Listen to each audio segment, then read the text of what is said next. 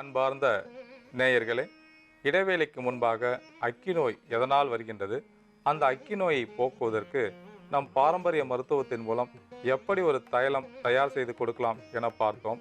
இப்பொழுது இந்த பொருட்களை கொண்டு ஒரு தைலம் தயார் செய்ய போகின்றோம். இந்த தைலம் தயார் செய்வதற்கு நாம் எடுத்து வைத்துள்ள பொருட்களின் அளவுகளை பார்க்கலாம். ஆலம் விழுது சாம்பல் அரை தேக்கரண்டி, சிவப்பு சந்தனம் அரை தேக்கரண்டி, செம்மண் ஒரு தேக்கரண்டி, நன்னாரி வேர் ஒரு சிறிய துண்டு, வெட்டி வேர் நறுக்கியது அரை தேக்கரண்டி, தேங்காய் எண்ணெய் 100 மில்லி. இந்த தைலம் தயார் செய்வதற்கு முதலில் 100 மில்லி தேங்காய் எண்ணெயை ஒரு பாத்திரத்தில் எடுத்து லேசாக சூடேற்றவும்.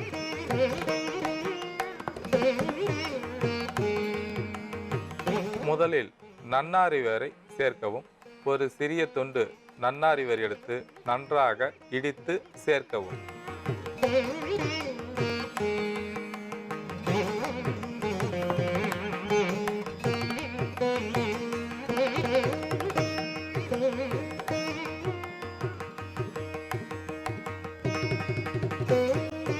அடுத்ததாக வெட்டி வேர் சேர்க்கவும்.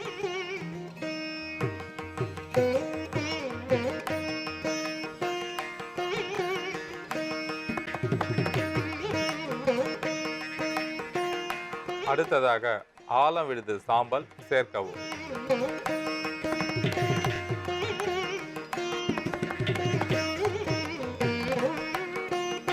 அடுத்ததாக சிவப்பு சந்தனம் சேர்க்கவும்.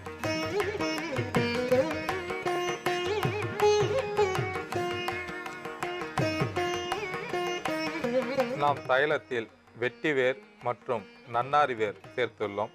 இந்த வெட்டிவேர் நன்னாரி வேர் நன்றாக பொரியும் வரை சிறு தீயில் வைத்து சூடேற்றவும்.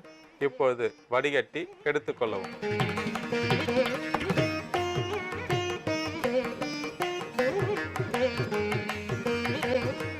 இப்பொழுது ஒரு தேக்கரண்டி செம்மண் எடுத்துக்கொள்ளவும்.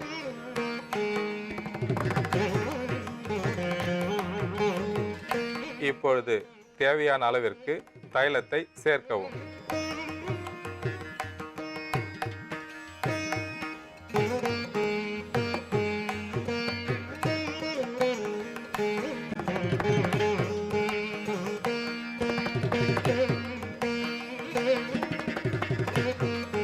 நம் வீட்டில் உள்ள செல்ல குழந்தைகளுக்கு அக்கி நோய் வந்துவிட்டாலோ அல்லது பெரியவர்களுக்கு அக்கி நோய் வந்துவிட்டாலோ இந்த பற்றை அந்த அக்கி கொப்பளத்தின் மீது பூசி வரும்போது விரைவாக ஆறும். அந்த வைரஸ் கிருமிகள் அழிக்கப்படும். அந்த கொப்பளமானது விரைவாக ஆறும். அது மட்டுமல்லாமல் அக்கி கொப்பளம் வந்து உடைந்து சீழ் வடிந்து கொண்டிருந்தாலோ அல்லது இரத்தம் வந்தாலோ அந்த இரத்தம் சீழ் அவற்றையெல்லாம் துடைத்து விட்டு இந்த மருந்தை எடுத்து பூசி வரும்போது அந்த காயம் விரைவாக ஆறும். அக்கி நோய் பாதிப்புடையவர்கள் இந்த மருந்தை தினசரி காலை மாலை இரு வேளையும். அன்பார்ந்த நேயர்களே, கோடை காலம் வந்துவிட்டால் வெயிலின் தாக்கம் அதிகமாக இருக்கும். அந்த வெயிலின் தாக்கத்தால் உடலானது அதிக உஷ்ணமடையும்.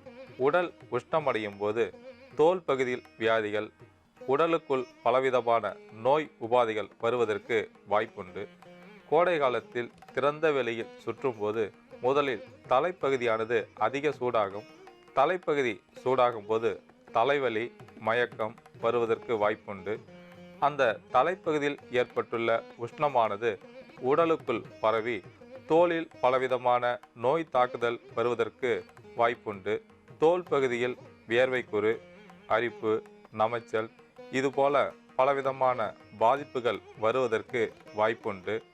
கோடை காலத்தில் வெப்பத்தினால் இரத்த அழுத்தம் அதிகரிக்கும். அந்த இரத்த அழுத்தம் அதிகமாகும் போது இதய படபடப்பு, இதயத்தில் வலி இதுபோல பாதிப்புகளும் வருவதற்கு வாய்ப்புண்டு.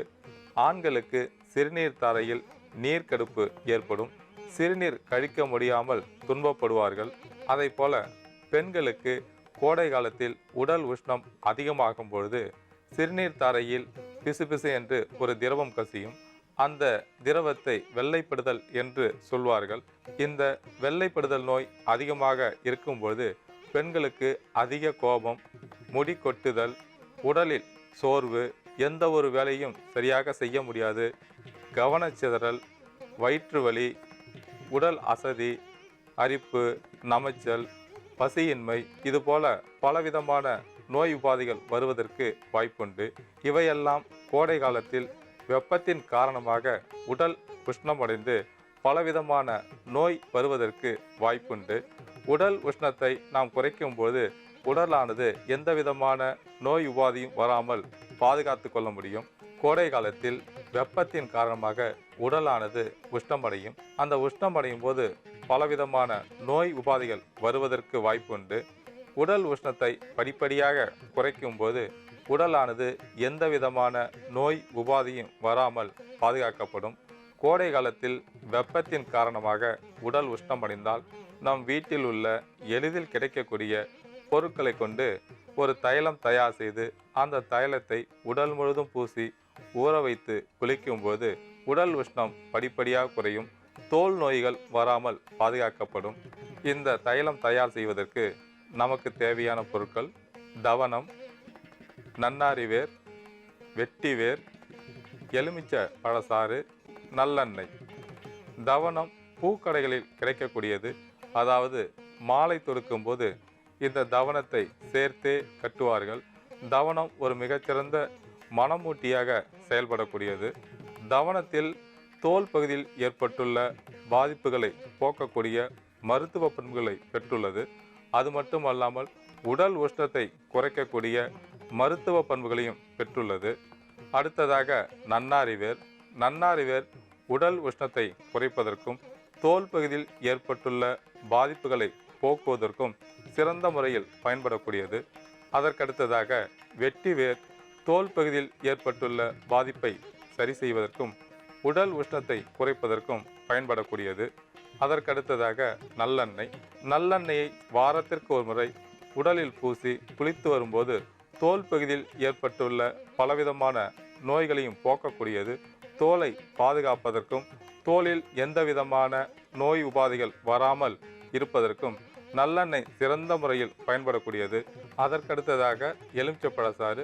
எலுமிச்சை பழசாறு தோலில் எந்த விதமான அரிப்பு, நமைச்சல் இருந்தாலும் எலுமிச்சை பழசாறு எடுத்து சிறிதளவு தேய்த்து வரும்போது தோல் பகுதியில் ஏற்பட்டுள்ள பாதிப்பை சரி செய்யக்கூடியது. இந்த பொருட்களை கொண்டு ஒரு தைலம் தயார் செய்ய போகின்றோம். இந்த தைலம் தயார் செய்வதற்கு நாம் எடுத்து வைத்துள்ள பொருட்களின் அளவுகளை பார்க்கலாம். தவனம் ஒரு பிடி, நன்னாரிவேர் ஒரு சிறிய துண்டு, வெட்டிவேர் அரை பிடி, எலுமிச்சை பழசாறு ஒரு தேக்கரண்டி, நல்லெண்ணெய் 100 மில்லி. இந்த தைலம் தயார் செய்வதற்கு முதலில் நல்லெண்ணெயை ஒரு பாத்திரத்தில் எடுத்து லேசாக சூடேற்றவும்.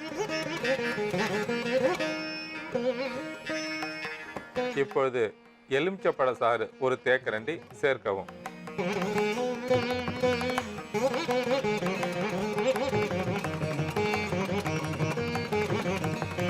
அடுத்ததாக தவனத்தை சேர்க்கவும்.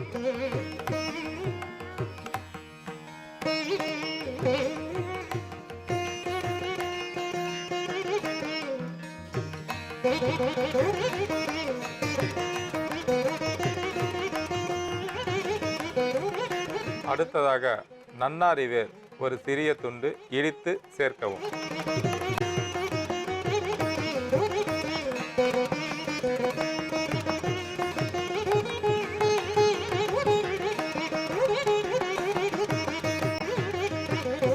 அடுத்ததாக வெட்டிவேர் சேர்க்கவும்.